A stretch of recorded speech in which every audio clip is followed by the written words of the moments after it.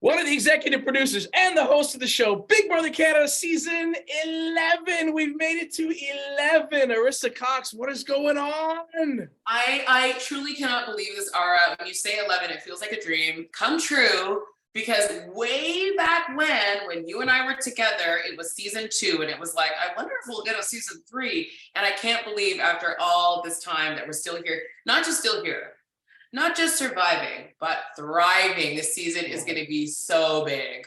So I hear it's like a whodunit. Are we talking like a murder mystery kind of like what's the exactly tell us? That's exactly what we're talking about. And a lot of the elements of those kind of mysteries really do lend themselves to Big Brother. Big Brother is about deception and persuasion and manipulation. And that's all, like, the hallmarks of a great mystery has all of those things. And this time, especially compared to last year, the house was like shiny and neon, and like it was loud, right? Visually loud. This is a very sophisticated manor, the BBCAN manor, darling. And it's like this 19th century grand home that has like a library and a parlor, and it feels very fancy and elevated, which is like kind of great for them because their eyes won't be bleeding when they wake up every morning with all the lights. But also how sophisticated everything looks is like kind of hiding how dark and mysterious it can all be behind closed doors. When do we get to see this BBCAN manor and jump in and Yeah, okay, very, very soon. Ichi Canada is doing a big special, and I do a full house tour of that. That's going to be on Tuesday at 7:30, I believe. So hold your horses. You're going to see it. And then, of course, the premiere is going to be the next day on Wednesday. So you'll see it all. But all the things that you expect to see in a house like that, you probably will see in this house. That's all I'm going to say. Are these house guests next level? Like, are they ready? Do you think they are mentally, physically, whatever? Are they ready to rock and get in there and do this? I feel like I've never seen this level of energy from, usually like people come in, there's a couple people who are like, I'm loud, but most people are like a little bit like cautious. They're like, they kind of want to feel it out. They're so terrified of like being seen as a big personality. These people have no problem with that. Like the level of energy that they're bringing, I feel like that's good for me, I think, because if there's only like 1 or 2 people like that, those people get targeted early, and usually they're some of the most interesting people. But I don't think that's the case this year. I think these people are here to play. I think the super fans are not hiding that they're super fans. That's exciting. I think there's a lot of gamers.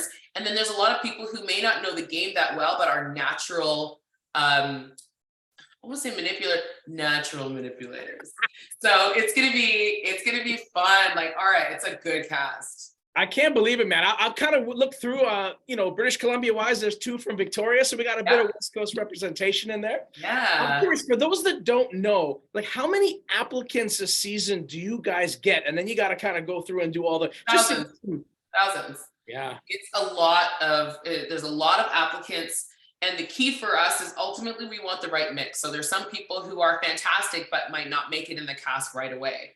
Like season 9 and 10, arguably 2 of our best seasons, had tons of people who like didn't make it previous years, but were right for that specific mix and all came together that year. So if you're interested in being on the show, please try, but because you don't know if you don't try, for sure, right? But that being said, it is a lot that we ask, right? And it's not for everybody. That's the truth. That's the truth. You're giving your life up for a handful of months, but you know what? What's $100,000, and what else is on the line this season? All the prizes are all really fantastic this year, but it's hard to argue with that much coin.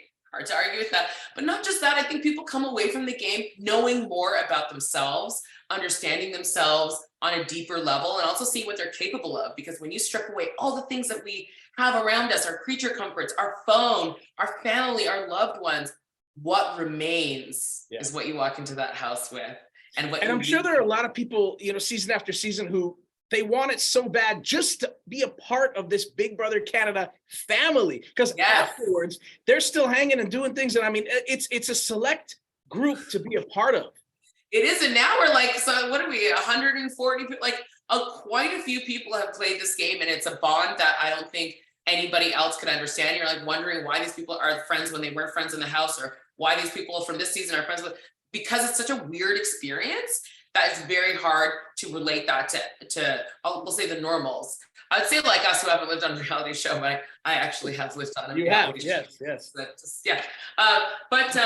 I'm really thrilled. I think the fact that our show and our production is firing on all cylinders 10 years down the line just speaks to how much we love the show and how much Canadians love to see something where they could just be great at a thing.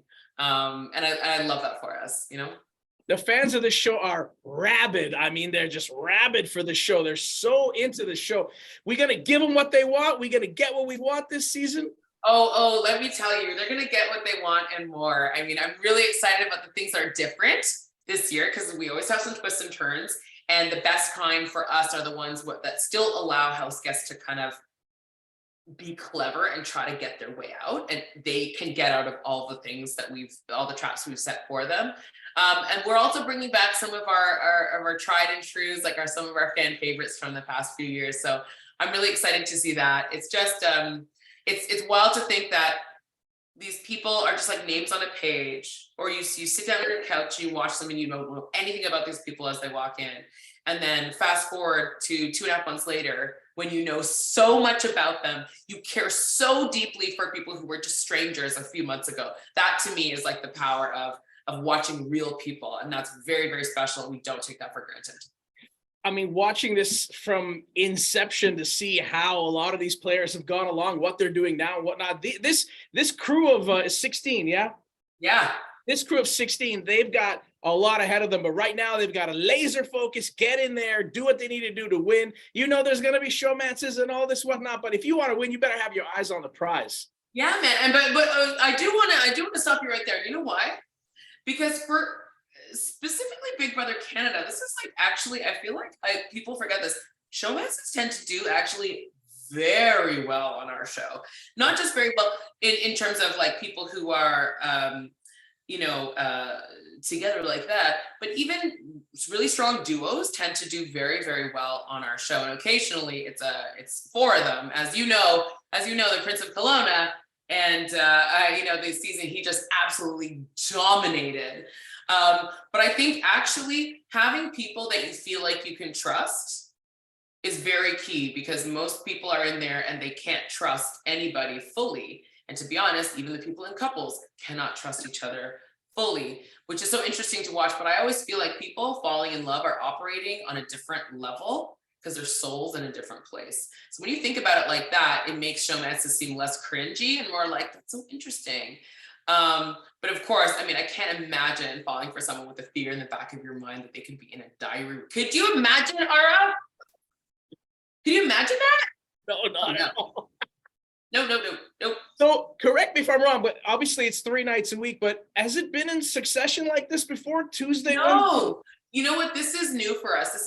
So we're going bing, bang, boom, Tuesday, Wednesday, Thursday, which is actually kind of exciting, because it's like you get your binge on right then and there, or you take the whole thing and you save it for the weekend or what have you. And in the meantime, we're going to be delivering these digital dailies. So what that means is hours and hours and hours of content from behind the scenes, uncut, unvarnished from the house, will be going up on bigbrothercanada.ca all throughout the week, regularly, for the whole season. So this, if you remember from way back, this is kind of like After Dark. So It's going to be the best of the best. So I think this is actually a really good compromise. If we can't do the feeds, let's do something that's almost elevating it a little bit, which is like the best of, so that you're constantly still able to get that other stuff that we can't always cram into just the 3 shows a week. So that I'm really excited about. I think our fans are gonna really like that as well. We're all gonna go and get a big bag of popcorn, like this. Ooh, a big one, bigger. When is the premiere date for my big bag of popcorn? When is it? Yes. The premiere is Wednesday, March 8th at 9 p.m. on Global. It is going to be a fire season. You don't want to miss it go down. Woo! All right, we're there. Host of the show, executive producer, one of my best friends, is so happy to be chatting with you, and I cannot wait to see Big Brother season 11, season 10. Let's go. Thank you so much, Ara. I love you.